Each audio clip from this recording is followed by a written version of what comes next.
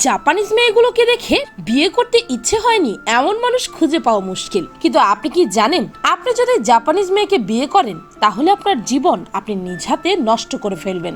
কেঁদেও কুল পাবেন না এই ভুলের কারণে। তাদের সৌন্দর্যের আড়ালে লুকিয়ে আছে ভয়ঙ্কর এক রূপ, যা কেউ যদি আগে জানে তাহলে তাদের বিয়ে করা তো দূর, তাদের দিকে ভুলেও তাকাবে না।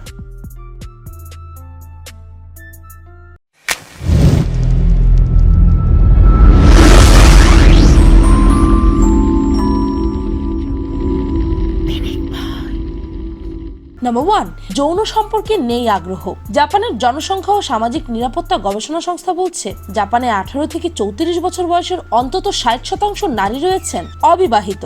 এমনকি এসব নারী কখনো প্রেমই করেননি। দেশটির 44.2% নারীও দিয়েছেন এমনই স্বীকারোক্তি, তারা কখনো যৌন সম্পর্ক স্থাপন করেনি। এই ব্যাপারে আগ্রহও নেই তাদের, বরং নিজের ক্যারিয়ারকে গুরুত্ব দিচ্ছেন এসব নারী। 1/4 জাপানি নারীর মোট সেক্স তাদের কাছে একটা সমস্যা বলে মনে হয়। ভাবুন একবার, আপনি বিয়ে করলেন কিন্তু আপনার বউ শুধু তার ক্যারিয়ার নিয়েই পড়ে আছে, তার আপনার প্রতি নেই কোনো আগ্রহ, নেই আপনার সাথে যৌন সম্পর্ক। নাম্বার 2, বাচ্চা নিতে চান না। 100 বছরেরও বেশি সময় আগে থেকে সদ্যজাত শিশুদের গণনা করতে শুরু করে জাপান। তখন থেকে প্রতি বছর তাদের জনসংখ্যার সঙ্গে যুক্ত হয়েছে অতিরিক্ত 10 লাখ শিশু। কিন্তু এখন দেশটির অবস্থা তার উল্টো পথে। দিন দিন জনসংখ্যা কমে যাচ্ছে জাপানের, কারণ জাপানিজ মেয়েরা এখন আর বাচ্চা নিতে চায় না। আসলে জাপানের নারীরা তাদের ক্যারিয়ারের প্রতি বেশি মনোযোগী এবং তাদের শ্রমের ফল তারা নিজেরা ব্যক্তিগতভাবে উপভোগ করতে চায়। তাছাড়া তারা মনে করেন শিশুদের দেখাশোনা করার জন্য গর্ভবতী হওয়ার পরে মেয়েদের চাকরি ছেড়ে দিতে হবে।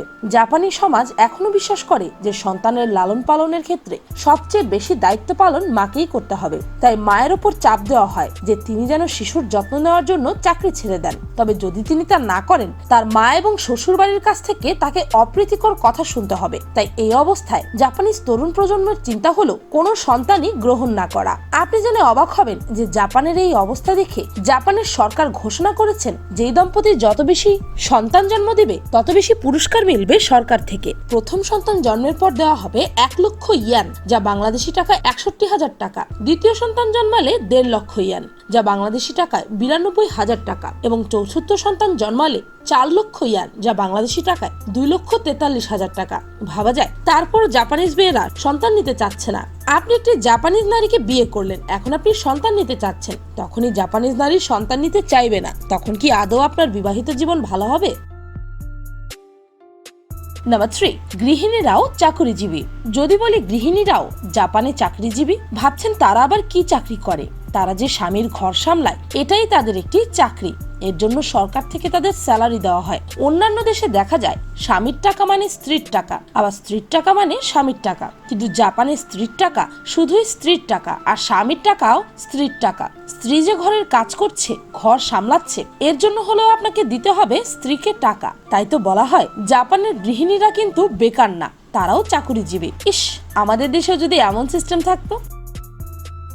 নাম্বার 4, রোবটের প্রতি আসক্তি। আপনি কি জানেন জাপানে একজন মানুষকে বিবাহ করার চেয়ে জাপানে রোবট বিয়ে করা বেশি সস্তা? শুনে অবাক হলেন, তাই না? আসলে জাপান অ্যাডভান্সড এআই বা কৃত্রিম বুদ্ধিমত্তা সমৃদ্ধ রোবটকে নাগরিকের অধিকার দিয়েছে।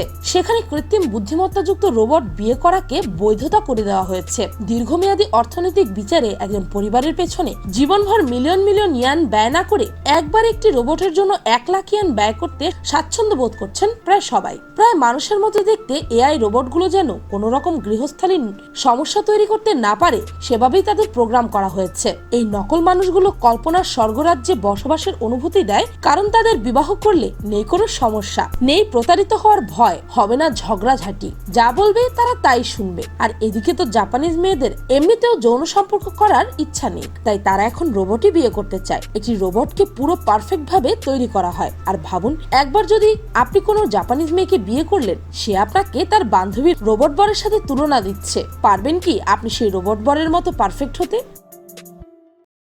নাম্বার 5, উচ্চাকাঙ্ক্ষা। জাপানিজ নারীদের উচ্চ প্রত্যাশা তাদের বিবাহের ক্ষেত্রে আরো একটি বড় বাধা হয়ে দাঁড়িয়েছে, আর তাদের উচ্চ প্রত্যাশা হওয়াটাই স্বাভাবিক। একই তো জাপানের তরুণ এবং তরুণী উভয়ের মধ্যেই স্কুল থেকে নিজ ক্যারিয়ারের সাফল্যের জন্য ভয়ঙ্কর ইঁদুর দৌড় শুরু হয়। পড়াশোনার চাকরির জন্য প্রচুর সময় ও মনোযোগ দিতে দিতে তারা একসময় রোমান্টিক সম্পর্কের প্রতি কোনো আগ্রহ থাকে না। ছোটবেলা থেকে তারা এতটাই ক্যারিয়ার ফোকাস থাকে যে তাদের ক্যারিয়ার খারাপ হওয়া কোনো প্রশ্নই আসে না। তাই তারা নিজেদের জন্য তাদের চেয়ে আরো উঁচু লেভেলের পার্টনার চেয়ে থাকে। তার মানে বুঝতে পারছেন তাদের স্বামী কি পরিমাণ পরিশ্রমী হতে হবে, কি পরিমাণ টাকা তাদের থাকতে হবে। তারা স্বামী হিসেবে স্বপ্নের মতো পুরুষ খোঁজে, আর আপনি যদি তাদের স্বপ্নের মতো পুরুষ না হন তাহলে তো আছেই ডিভোর্স।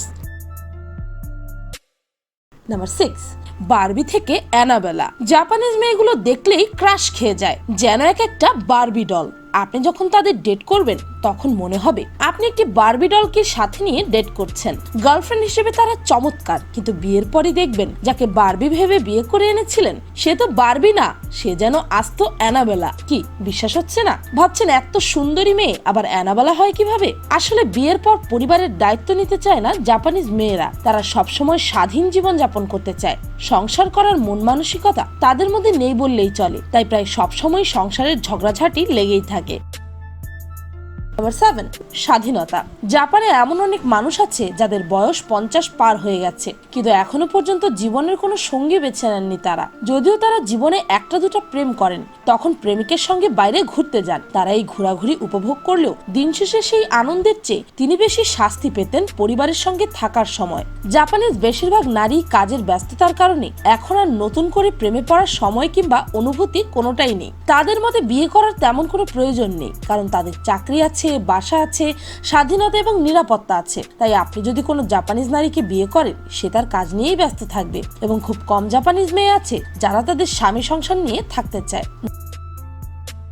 নাম্বার 8, নাস্তিক। 21 শতকে বিশ্বব্যাপী ধর্ম নিয়ে যেই রক্তক্ষয়ী সংঘর্ষ ও সংঘাত বিস্তৃত হচ্ছে তাতে মানব জাতির ধ্বংস হয়ে যাওয়ার আশঙ্কাই জাগছে। প্রতিটি দেশেই নানা ধর্মীয় মানুষ বসবাস করে। কেউ কারো ধর্ম নিয়ে কথা বলেছে তো ব্যাস, তার বেঁচে থাকাই মুশকিল হয়ে পড়ে, কারণ সবার ধর্মই সবার কাছে সবচেয়ে উপরে। আর এই ধর্মের জন্যই বহু মানুষ আজও নানা পাপ কাজ করতে ভয় পায়, ভালো কাজ করে শান্তি পায়। কিন্তু এখানে জাপান আলাদা। 72% জাপানি নাগরিক কোনো ধর্মকেই বিশ্বাস করে না। তাই আপনি যদি জাপানিজ হন তাহলে তাদের সাথে নিজেকে মানিয়ে নেওয়াটা অনেক বেশি কষ্টকর হয়ে যাবে, কেননা আমরা বাঙালিরা সবাই ধর্মভীরু, সবাই নিজের ধর্মকে শ্রদ্ধা করি। সেখানে আপনি হয়তো এমন একটা মেয়ের সাথে থাকতে পারবেন না যে কোনো ধর্মেই বিশ্বাস করে না। নাম্বার 9, বৃদ্ধ বয়সে একাকিত্ব। জাপানে প্রতি 4 জনের মধ্যে একজনের বয়স 65 বছরের বেশি। দিন দিন এই সংখ্যা বেড়েই যাচ্ছে। এ কারণে প্রতি বছর দেশটির নিঃসঙ্গ বা একাকী বসবাসকারী বয়স্ক নাগরিকের সংখ্যাও বাড়ছে। অনেক সময় এমনও হয় একাকী বসবাসকারী বয়স্ক কারো মৃত্যু হলে কয়েকদিন তা কেউ জানতেই পারে না, আর তারা এভাবেই অভ্যস্ত।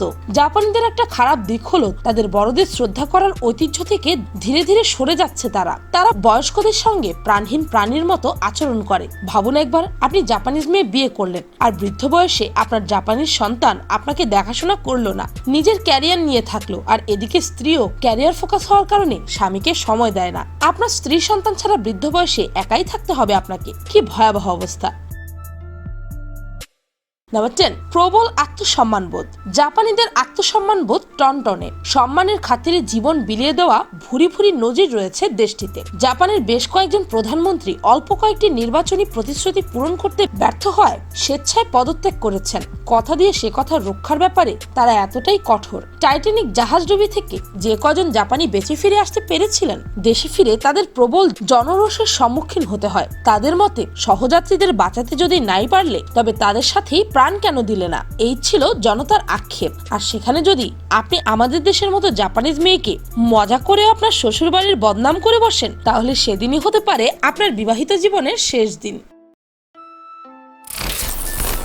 মানুষ বরাবরই সৌন্দর্যের পূজারী, আর জাপানিজ মেয়েরা যে পরিমাণ সুন্দর তাদের দেখে যে কারো মন চাইবে বিয়ে করতে। তবে যে ফুল যত বেশি সুন্দর সে ফুলে কাঁটাও তত বেশি। আপনি যদি কাঁটার আঘাত পেয়ে থাকতে পারেন তবে আপনিও বিয়ে করতে পারেন জাপানিজ মেয়েকে। তবে একটি কথা না বললেই নয়, সব মেয়ে কিন্তু এরকম নয়। ভাগ্য ভালো হলে পেয়ে যেতে পারেন আপনিও আপনার স্বপ্নের রাজকন্যাকে। ভিডিওটি ভালো লাগলে আপনার ফ্রেন্ডস এন্ড ফ্যামিলির সাথে শেয়ার করতে পারেন, আর চ্যানেলটিকে সাবস্ক্রাইব করে বেল আইকনে অল নোটিফিকেশন অন করতে ভুলবেন না যেন। আমি ফাল্গুনি, আজকের মতো পর্যন্তই। দেখা হচ্ছে পরের ভিডিওতে।